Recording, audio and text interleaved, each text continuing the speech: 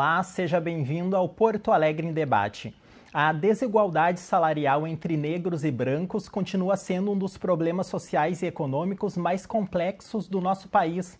Um levantamento divulgado há poucos dias pelo Centro de Estudos sobre Desigualdades Raciais, o CEDRA, mostra que, embora a população brasileira seja majoritariamente de pretos e pardos, em 2023, a hora trabalhada por uma pessoa branca chegou a valer até 58,3% a mais do que a de trabalhadores negros.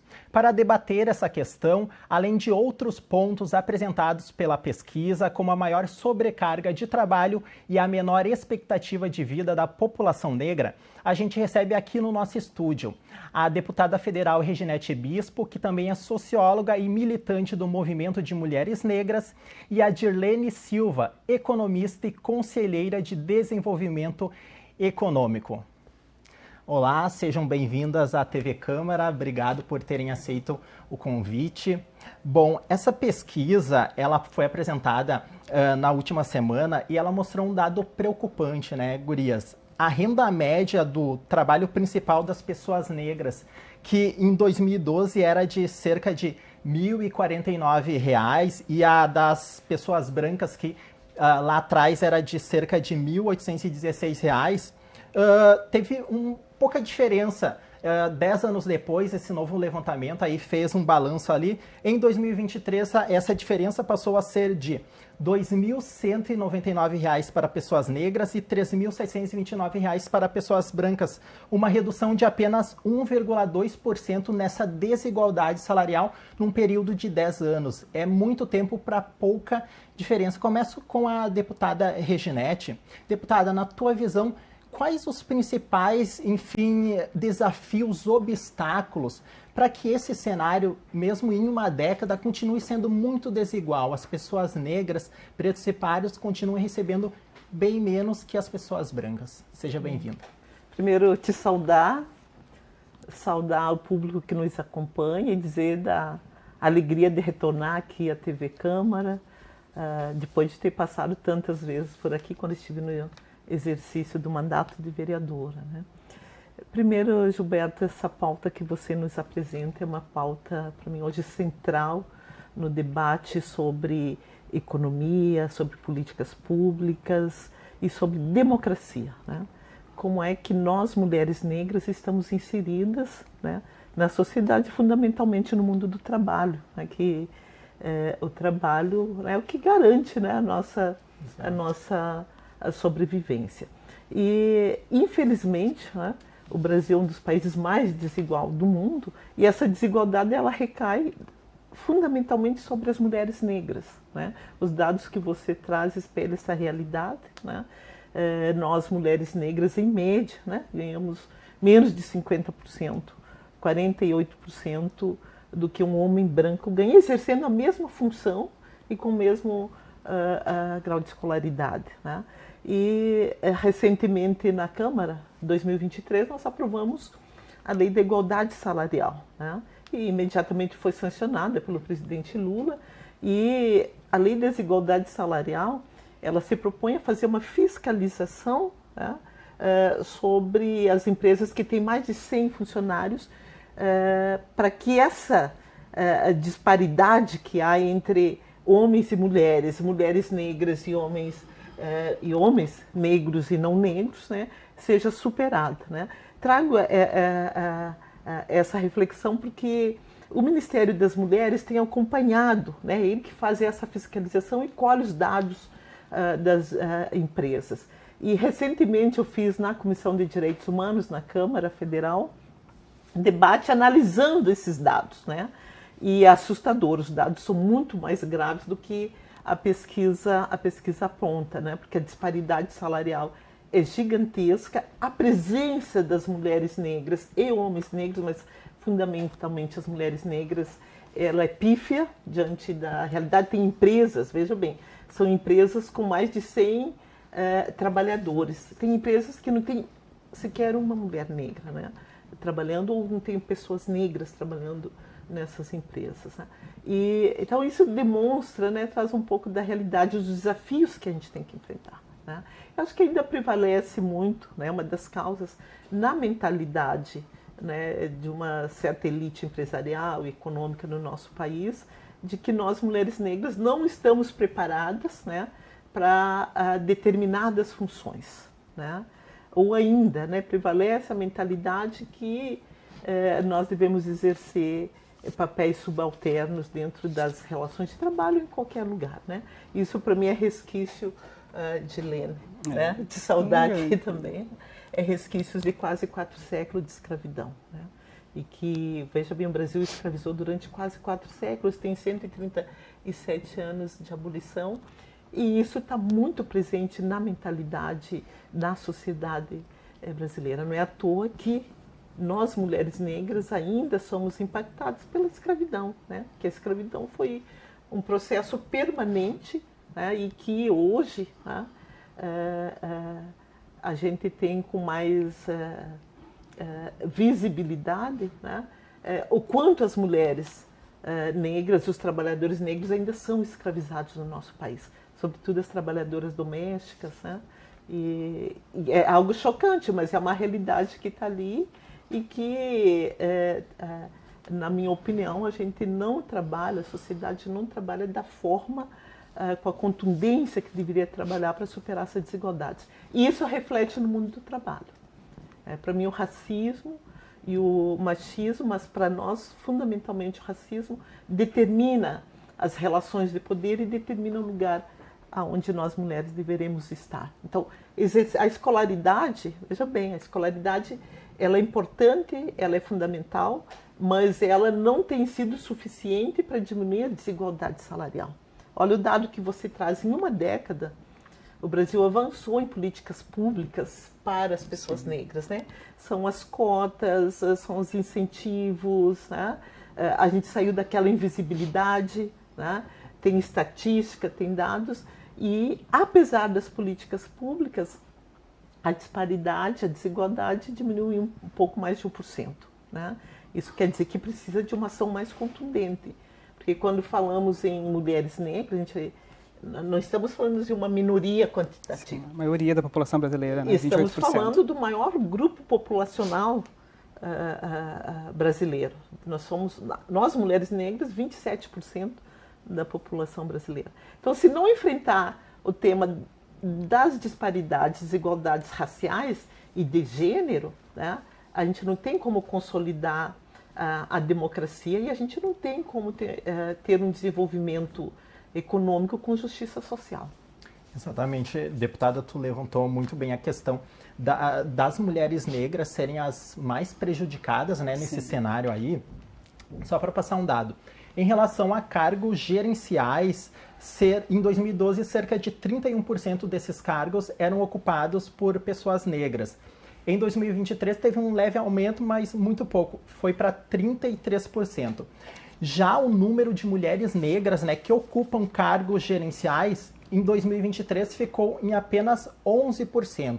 Muito abaixo, a senhora comentou, né? Quase 30% da população brasileira é composta, né, por mulheres negras, mas cargos gerenciais aí no mercado de trabalho, apenas 11%. O que mostra um duplo grau de discriminação, né, Dilene? Como é que tu vê esse cenário, em especial para as mulheres negras inseridas aí nesse contexto? Bom, primeiramente saúdo, né, agradeço a TV Câmara pelo convite, saúdo a ti, saúdo a quem está nos assistindo, a minha colega de debate, aqui muito honrada em tê-la comigo. Essa questão, eu trabalho muito sentido, bom, sou economista, né, então eu fico muito feliz quando a gente traz aqui a questão para o debate, né, desses dados, porque aí tem muito a ver com economia, né, a sociedade, né, a economia passou a existir como hoje porque o homem passou a conviver em sociedade, então é muito importante a gente estar num debate aqui trazendo economia e sociedade. Mas, Gilberto, eu sempre gosto de lembrar, tá, por que esses dados, né, existem? Né? Qual é a origem disso? Né? Então, eu gosto muito, tanto que eu estou procurando, né, um doutorado em História Econômica, então eu gosto muito de olhar a histórica. Né? Esses dados não vieram do nada. Né? Então, no Brasil, aliás, todo mundo, mas vamos falar especificamente no Brasil, o racismo tem uma origem que é desde o início, né, do nosso país, né, quando vieram os portugueses para cá, né, tentaram escravizar os indígenas, não conseguiram, e eles trouxeram as pessoas negras da África. Posteriormente, houve, né, a abolição da escravatura, que foi algo econômico, não tem nada romantizado, de que a Princesa Isabel libertou escravos, enfim, né, então basta olhar a história. E houve, né, uma estratégia de embranquecer a população brasileira, então de deixar realmente os negros à margem, né, para embranquecer a sociedade. E os negros eram proibidos de frequentar escolas, não poderiam morar nas cidades. Então, o racismo do Brasil ele foi criado. Né? Então, como é que a gente vai fazer frente a esse racismo existente há tanto tempo, né? Proveniente de quase 4 séculos de escravidão? Né? O Brasil é o país que foi o último país do mundo, né, a liberar a mão de obra escrava. Como é que a gente faz isso? Ao mesmo tempo, eu me sinto, porque eu sou uma pessoa de uma outra geração, né? Tenho 51 anos e era uma época que não existia estatística para o recorte racial. Então, esses dados que a gente está falando hoje, certeza que há 30 anos atrás deveriam ser, né, astronômicos. Né? Hoje a gente consegue fazer um paralelo. Então, entendo que tem avanços aí, mas muito pouco, considerando 10 anos, mas pelo menos a gente conhece. E como é que a gente vai agir sobre algo que não conhece? Então, pelo menos a gente conhece, a gente tem ações, tem políticas públicas, tem um dado, né, dessa pesquisa que fala ali que em cargos gerenciais a diferença ela baixa um pouco. Né? Então, por mais como a deputada colocou que as políticas públicas não são totalmente eficientes, existe, né, já uma melhora que a gente vê que o grau de instrução ele tende a fazer com que caiam essas diferenças. Né? E aí junto, é importante também falar que existem políticas públicas, mas pode existir políticas privadas também. Então, a sociedade, né, a economia é composta por instituições públicas e instituições privadas, né, da mesma forma. Então, a gente precisa fazer com que as coisas aconteçam, não esperar somente pelo poder público. Né? Então, de novo, eu sou uma economista, passei a minha vida toda no ambiente corporativo, na iniciativa privada. Então, não é só esperar a legislação, né, dos órgãos públicos, das políticas públicas, não, as empresas também têm responsabilidade. Pesquisas, né, demonstram que se a economia, né, se essa diferença salarial não existisse, o PIB brasileiro poderia ser 14%, 15% mais, inclusive. Então, por mais que a gente pense em justiça social, a gente tem que entender que a gente está falando de negócios, de economia. Exatamente. Aproveitando para comentar nessa linha aí das empresas, enfim, da iniciativa privada fazer a sua parte, não apenas, né, o poder público. Gostaria de falar com a deputada sobre esses programas de diversidade. Algumas empresas implementam esses programas dando oportunidade para pessoas pretas e pardas de, enfim, concorrerem, né, em pé de igualdade, conseguirem acessar cargos que até pouco tempo atrás não eram, enfim, possíveis de serem acessados. A gente vê um movimento por um setor, enfim, da sociedade, não apenas no Brasil, mas a gente vê lá nos Estados Unidos acontecer, de tentarem extinguir esses programas de diversidade, argumentando que seria injusto, que não traria benefícios. Gostaria de ver com a deputada, a tua visão, deputada, sobre esses programas de diversidade que a iniciativa privada vem implementando. Ainda são poucas as empresas, né? Muitas vezes não são os cargos principais, mas já são portas de entrada, né? E maneiras alternativas aí para a gente conseguir driblar esse cenário, né, deputada? Sim, perfeito. Primeiro, Edilene, dizer que tem toda a razão, né? Tem pleno acordo de que isso passa pela iniciativa privada, passa pelo conjunto da sociedade, né? O governo, né, o Congresso, né, ele legisla, né, sobre, né, propõe, fiscaliza, mas passa fundamentalmente pelo setor empresarial, né, o setor produtivo, né, de ter uma política que atenda, né, o conjunto da diversidade, da pluralidade da nossa população. E tem várias empresas, tem setores empresariais que vêm avançando nesse sentido, né? De atender com uma política de enfrentamento ao racismo, de enfrentamento às desigualdades que se estabelecem nas relações de trabalho, né? E não vou citar aqui, mas tem várias que têm avançado. Eu mesma aqui em Porto Alegre, a gente tem participado com muita frequência de debates, de palestras junto a essas empresas que vêm implementando e com excelentes resultados, né? Excelentes resultados com mulheres negras à frente dos negócios, nas gerências, né?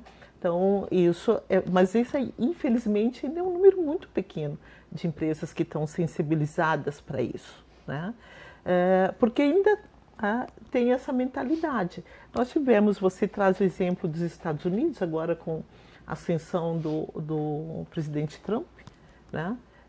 De acabar com os programas de diversidade, com os programas de direitos humanos, enfim, tudo aquilo que dialoga no sentido de superar as desigualdades, né? No Brasil não foi diferente, recentemente a gente passou por isso, né?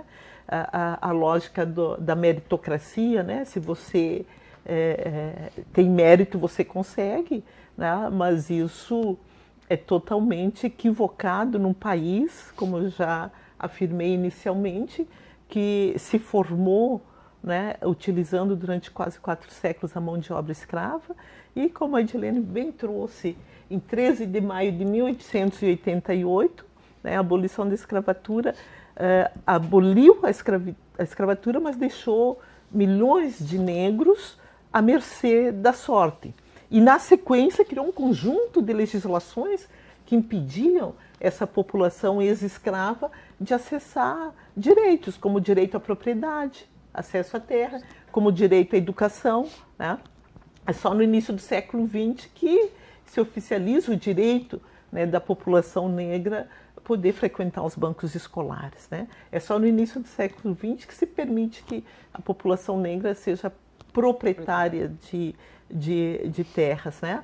E isso, né? E está aí as comunidades quilombolas para dizer que agora que estão buscando os seus títulos de terra. Obviamente que isso dá uma disparidade enorme no sentido da renda, da inserção no mundo do trabalho, quando teve uma política de Estado, né, implementada para impedir que essa população pudesse acessar o mundo do trabalho formal. Não é à toa que nós estamos, né? A maioria de nós nós mulheres negras e negros, estamos fora do mundo formal do trabalho, né? A maioria de nós estamos na informalidade, fazendo microempreendedorismo de forma muito precária, sem capital, né, de giro. Então, essa mentalidade, essas políticas que o Trump está implementando nos Estados Unidos foi implementada no Brasil a partir de 2016 até 2022, né? Um ataque às cotas, Edilene, né? O aumento da escolarização de nós mulheres negras, nós negros, se deu, na minha opinião, fundamentalmente pelas cotas, para essa política de ação afirmativa que oportunizou que milhões de jovens negros ou brasileiros pudessem ocupar. E a nossa juventude foi lá e agarrou essa política e hoje tem as universidades, né? Público, ensino público superior e privado também tem uma presença maciça de jovens negros fazendo ensino superior. Mas também temos esse problema no ensino médio, né? Eu acho que o governo do presidente Lula tenta superar esse dado que você trouxe inicialmente, bem importante, da evasão do número pífio de jovens negros que concluem o ensino médio com o pé de meia, né? Acho que isso também responde um pouco a provocação que você nos fez, né? Um pé de meia, porque os nossos jovens têm que ir para o mundo do trabalho informal, precário, muito cedo, né? E isso leva ao abandono. Também eles têm que enfrentar um sistema de ensino que, apesar da Lei 10.639, ainda está eurocentrado, valores eurocêntricos, e que não valoriza a realidade e a experiência de vida dos nossos jovens. Então, são diversos fatores, diversas desigualdades, diversas opressões que vão interseccionando e agravando a condição de nós negros, especialmente das mulheres negras. Então, nós temos um desafio enorme, primeiro, de combater qualquer política, né, qualquer ideologia que traga a meritocracia como centro de oportunidades num país que tem uma desigualdade enorme e que ainda, né, não garante, né, a equidade, né, oportunidades iguais para negros e não negros, né? Então isso a gente precisa enfrentar isso fundamentalmente, né? Então é um desafio enorme. Então, a política da meritocracia trumpista foi a mesma implementada e que tem setores importantes da economia e da política no nosso país tentando implementar, já visto a própria composição da Câmara Federal. Deputada, a senhora tocou no assunto da educação, do ensino médio, acesso ao ensino superior, né? Isso é crucial. Enfim, se a gente quiser mudar esse cenário, a gente tem que olhar para essa questão da educação. Tem alguns dados interessantes que também foram, enfim, que essa PNAD do ano de 2023 trouxe. Menos da metade das pessoas negras concluem o ensino médio até 2023. Já pessoas brancas, cerca de 60% concluíram, né? Pessoas que foram, enfim, postas nessa amostragem da PNAD. Quando a gente fala de ensino superior, os brancos ali correspondem a cerca de 16,5%. Já quando a gente fala na população negra, apenas 10% da população negra tem ensino superior. Tu comentaste a questão das cotas, que elas, enfim, elas abrem as portas, né, das universidades, tanto públicas quanto privadas, mas daí também tem aquele outro problema, é do jovem, principalmente o jovem negro, a jovem negra, se manter. Porque a gente sabe, né, que os desafios são imensos. Muitos não conseguem conciliar o trabalho, que em geral é mais desgastante para as pessoas negras. A gente comentou sobre essa questão de na sua maioria, majoritariamente, as pessoas negras ocuparem cargos que são considerados, né, subalternos, que são mais cansativos. Gostaria de ver com a Dirlene. Dirlene, em relação a essa questão da educação, aí a gente comentou sobre as cotas, mas é muito complicado ainda, principalmente para o jovem, para a jovem negra, conseguir se manter aí na faculdade, na universidade, apesar das portas de entrada estarem mais abertas do que 10 anos atrás, né? Sim, verdade, Gilberto. Uma grande verdade. A gente olha hoje com as cotas, né? A gente vê que houve realmente um aumento da população negra nas universidades.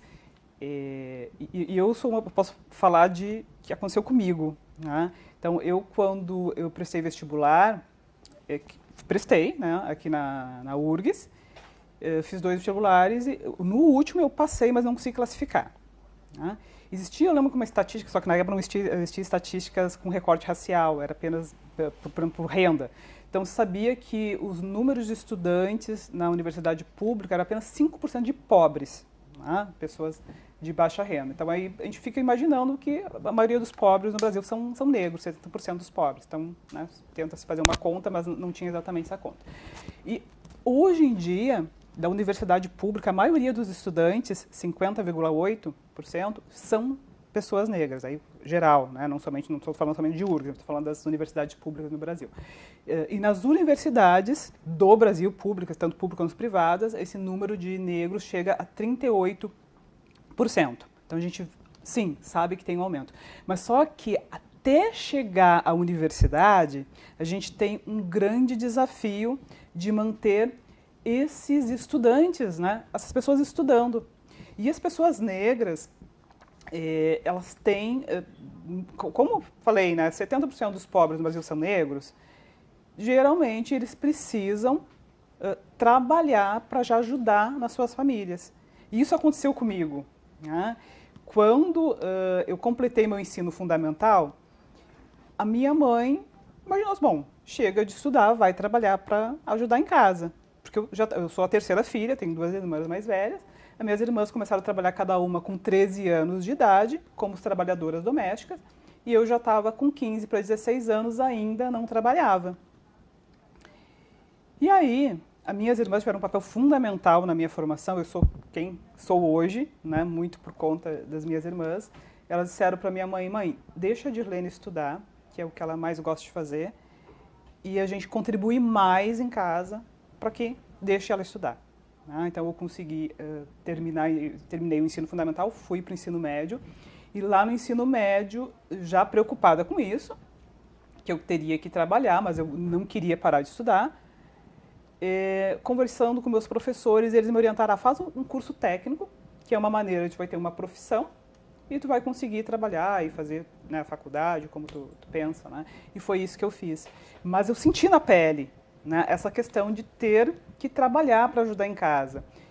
Na quarta-feira, eu tive um evento falando de dependência financeira feminina, eu recebi uma pergunta de uma menina que trabalhava num projeto social que era justamente, né, de fomentar mulheres negras, né, no mercado de trabalho, né, de impulsionar. E ela falou dessa dificuldade.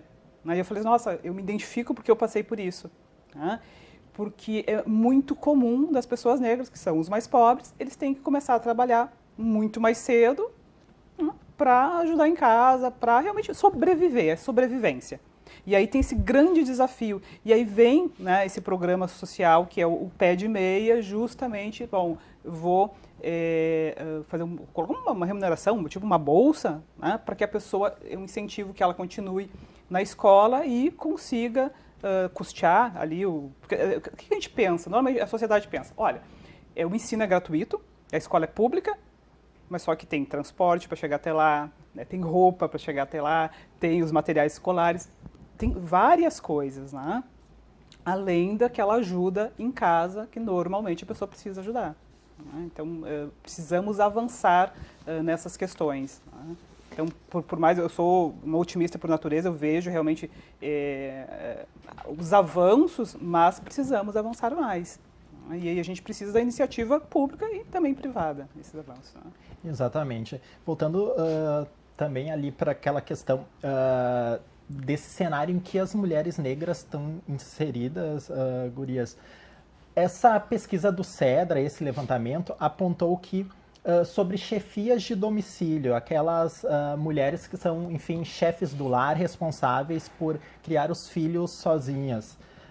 Enfim, as mulheres negras correspondem a cerca de 29,6% das chefias, do total de 100%, 29,6%, quase um terço aí, das famílias são chefiadas por mulheres negras. Um dado que me chamou muita atenção, que realmente é muito grande, 45,1%, quase 50% dos lares chefiados por mulheres negras não possuíam lavadora de roupa, não possuíam máquinas de lavar. Então, além das mulheres terem que trabalhar, enfim, muitas vezes uma jornada ali que sobrecarrega elas, tem que chegar em casa, tem que cuidar dos filhos e muitas vezes sem a estrutura, quase metade dos lares, principalmente das mulheres pretas e pardas, sem máquina de lavar. Gostaria de falar com a deputada, enfim, sobre esse papel da chefia dos lares por mulheres negras. Deputada, a gente sabe que uma mãe, enfim, ela faz qualquer coisa, né, pelo seu filho. Que tipo de políticas públicas poderiam ser implementadas para auxiliar, enfim, essa parcela, esse recorte específico aí da população? Esse dado que você traz da máquina de lavar, né, é um dado importante, mas também é importante dizer que grande parte desses lares sequer tem água potável em casa, né? Moram em situação muito precária, né? Veja bem, aqui no Rio Grande do Sul, com o evento das catástrofes, das enchentes, né? Foi uma surpresa, né, no país que tinha aparecia tantas pessoas negras, né, no campo e na cidade, né? E que o Brasil não tinha essa realidade porque foi vendida uma imagem de Rio Grande do Sul europeu, né? Quando a gente tem uma grande maioria aqui de pessoas negras, né? E outros povos indígenas, enfim, né? E por que apareceu tanto, né? porque são as pessoas que vivem da forma mais precária e a maioria eram mulheres. E foram as que perderam a casa, perderam tudo, porque moravam em áreas de risco, em áreas onde o poder público não garantiu saneamento, então foram as primeiras impactadas. E quero dizer que são as últimas ainda que não conseguem acessar os benefícios, né? Porque tem uma burocracia, um descaso, um oportunismo, né? Nas diversas instâncias do poder público, e essas mulheres, essas pessoas não conseguem acessar. Eu tenho acompanhado muito de perto, né? Algumas que ainda estão em abrigos, né? Não só aqui em Porto Alegre, em toda a região metropolitana, no interior do estado, né? Então, tem uma complexidade, uma gravidade. Quando ele diz que o Brasil é um dos países... Veja bem, o Brasil é um país rico, é uma potência econômica. Daqui a nossa economista para dizer isso, né? O Brasil figura entre as 10 maiores economias do mundo, né? Com o privilégio de ter esse território maravilhoso que se encontra tudo, rico em água, rico em minerais, né? Uma agricultura pujante. E por que essa desigualdade, né? Então ela se recai sobre ela, é consequência de uma sociedade profundamente racializada. Então eu trago isso para dizer que as alternativas, né, para diminuir esse impacto da desigualdade que recai com muita força sobre as mulheres negras, precisam políticas públicas muito dirigidas, né? Eu tenho defendido e trabalhado, por exemplo, que a gente tem uma política de geração de trabalho e renda específica para as mulheres negras, né? Se não consegue inserir no mundo do trabalho, tem que enfrentar o racismo no mundo do trabalho, né, do trabalho formal, porque nós temos muita dificuldade para se inserir no mercado formal de trabalho. Tem que ter, acho que a lei da desigualdade salarial, que eu falei inicialmente, é um mecanismo muito importante nesse sentido, mas precisa de uma fiscalização além do governo, precisa que a sociedade, que nós fiscalizemos e denunciemos as empresas que não cumprem, que não é uma lei apenas de fiscalização, é uma lei que impõe às empresas a cumprirem isso, né? Garantir a igualdade salarial entre homens e mulheres, entre negros e não negros, né? Então, esse é um mecanismo importante, mas precisa de políticas públicas, né? Além de fiscalizar as empresas, que garantam essa geração de trabalho e renda. Você traz, eu também já falei anteriormente, né, que a maioria de nós está no mercado informal. O que é esse mercado informal? A gente fala, entender o que é, né?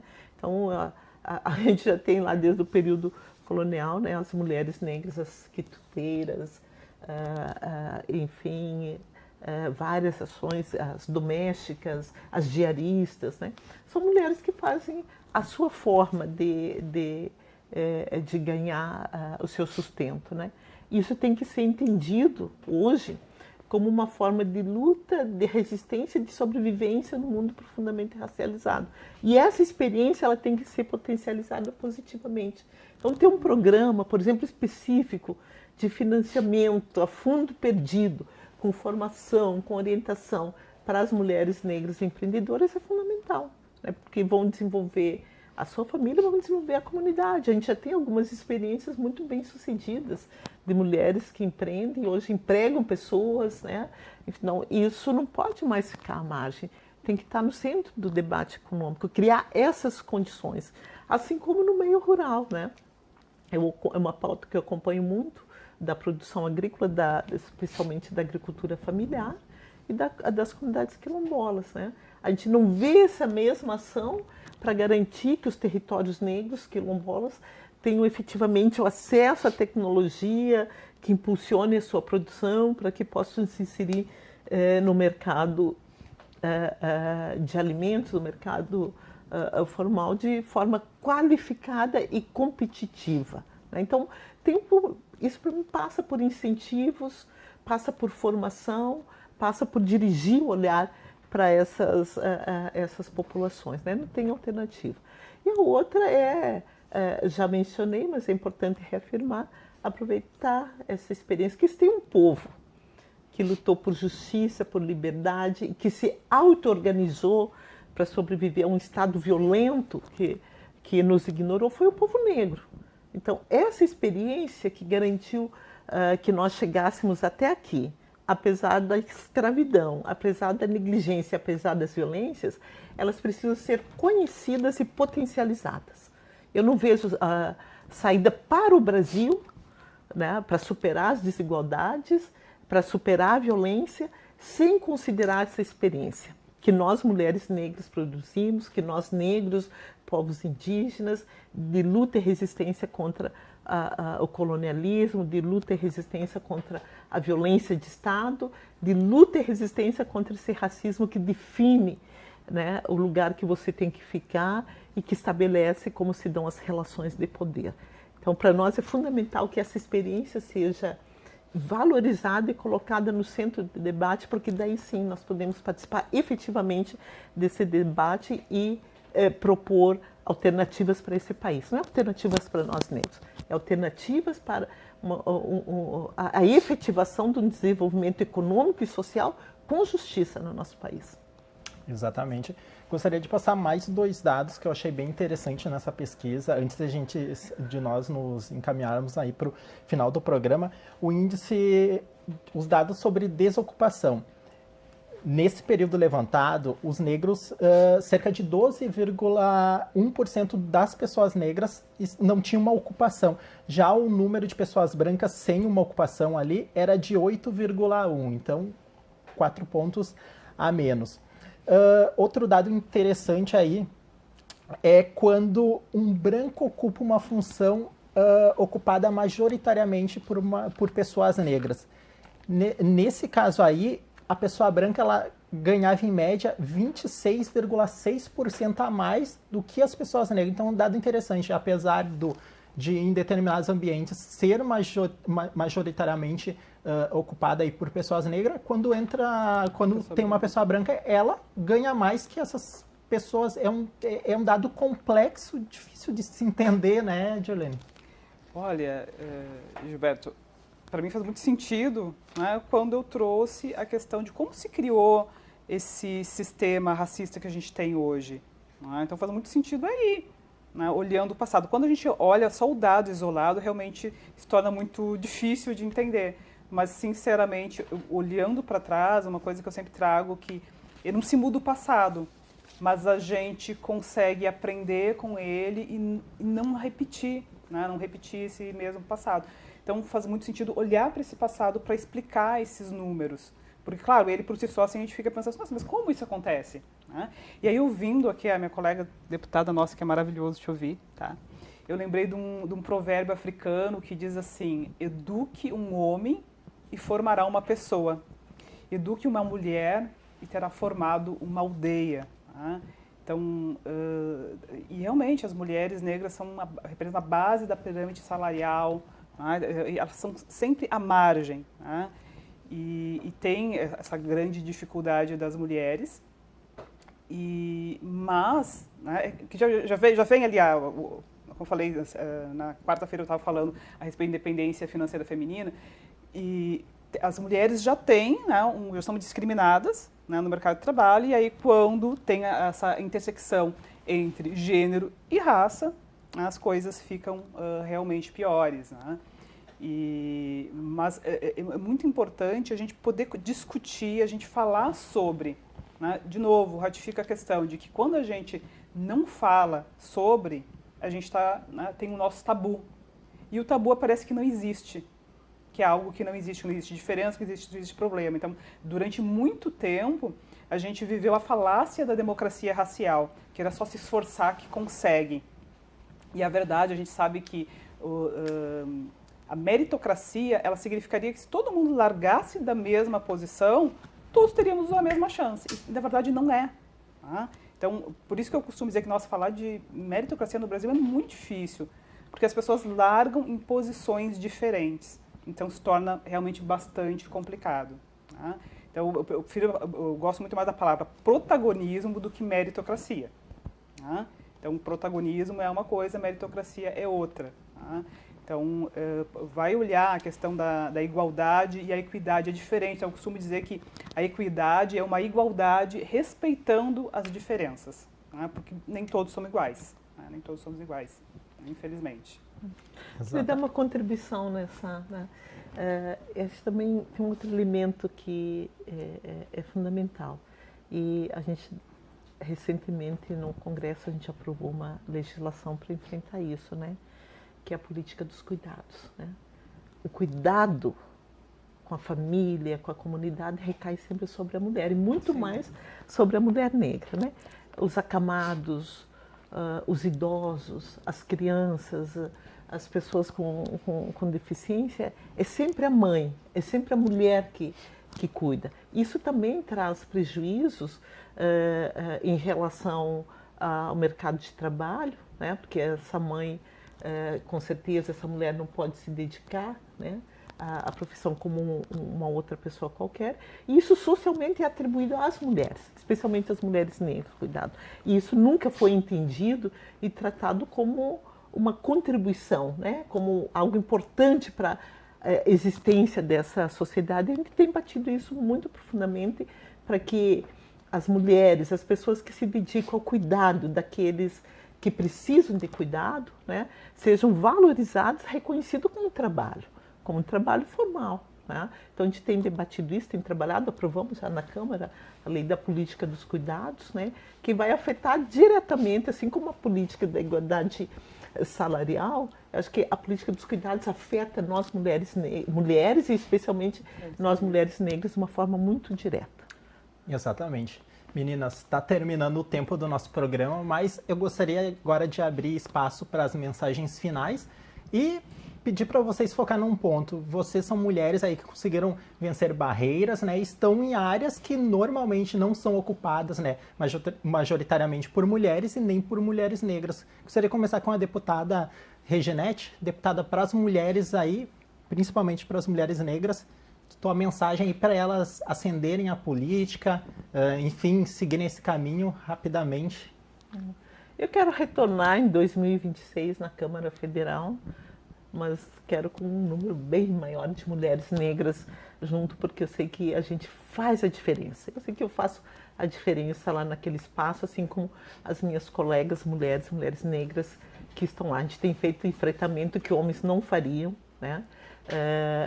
Não no sentido da defesa dos direitos das mulheres, da população negra, mas na defesa do direito do povo brasileiro, né? Não poderia deixar de fazer referência, né, do debate, da disputa que a gente fez lá na reforma tributária, porque as pessoas pensam, quando a gente fala em racismo e machismo, que virou moda de dizer que é um problema identitário. Não, nós estamos fazendo disputa de classe, estamos fazendo disputa de projeto na sociedade, né? E na reforma tributária nós entramos e acompanhamos o debate e lutamos para ter justiça tributária com recorte de gênero e raça. Avançamos em algumas coisas, mas em outras ficaram muito aquém, porque ainda é um Congresso branco, masculino, machista e racista, né? Infelizmente. Então, eu quero dizer para quem nos ouve, especialmente para as mulheres negras, o racismo, o machismo fica permanentemente dizendo que você não pode, que você não é capaz, que você não é boa o suficiente. Isso é mentira. A gente tem que se colocar como sujeitas, como protagonistas, que nós podemos fazer o que a gente quiser fazer, né? Quiser ser uma parlamentar, pode ser uma parlamentar, quiser ser uma empresária, quiser, então tem capacidade, tem. O que nós precisamos é condições para disputar, para competir em pé de igualdade, né? Então, e as mulheres negras, né? A minha amiga, que você que está me ouvindo, né? Nós temos um papel fundamental. Nós somos o maior grupo populacional, nós precisamos ocupar os espaços decisórios, porque não podemos mais deixar esse país, essa cidade, esse estado, nas mãos de homens brancos, ricos, muito ricos, que nos veem como objetos, né? Nós podemos incidir na história do nosso país, podemos incidir na política e podemos definir os rumos da nossa cidade, do nosso estado e do nosso país. Então vamos apostar em nós, vamos acreditar na nossa potência, na nossa capacidade e, sobretudo, na nossa unidade para construir um país com justiça social, com justiça racial, aonde as mulheres e as mulheres negras ocupem o seu espaço que é de direito, uma democracia consolidada. Exatamente. Obrigado, deputada. Eu agradeço a oportunidade de estar aqui e me coloco à disposição, porque é um debate necessário e fundamental para o nosso país. A gente que agradece. Agora, Dirlene, economia aí já não é comum, né? A gente ver muitas mulheres, principalmente mulheres negras. Tua mensagem aí para as mulheres negras que desejam ser economistas, seguir uma carreira aí consolidada como a tua. Bom, obrigada, né, por estar aqui, estar nesse debate. Eu acredito muito, né, nesse poder de debate, de fala. É importante a gente ter voz e ter escuta. É essencial, tanto ter o espaço para falar e ter realmente esse poder de escuta. Eu gosto muito de trazer, né, eu sou economista e eu sempre falo que a economia é a melhor profissão do mundo porque a gente trata de sociedade, né, a gente trata de economia e são coisas que andam totalmente juntas, não tem como dissociar. Então, no Brasil, né, o Brasil em 2023 foi o país que mais concentrou renda no mundo. Né, 48% da renda do Brasil está em 1% da população. No entanto, a população negra no Brasil representa a maior fatia de consumo, 1,9 trilhões. Então, por mais que exista o estigma ainda que negros são pobres, né, pela questão, o número, né, populacional é o grupo que mais consome no país. Então, é importante a gente olhar para isso. Tá? Então, os empresários hoje estão deixando muito dinheiro na mesa quando não inclui.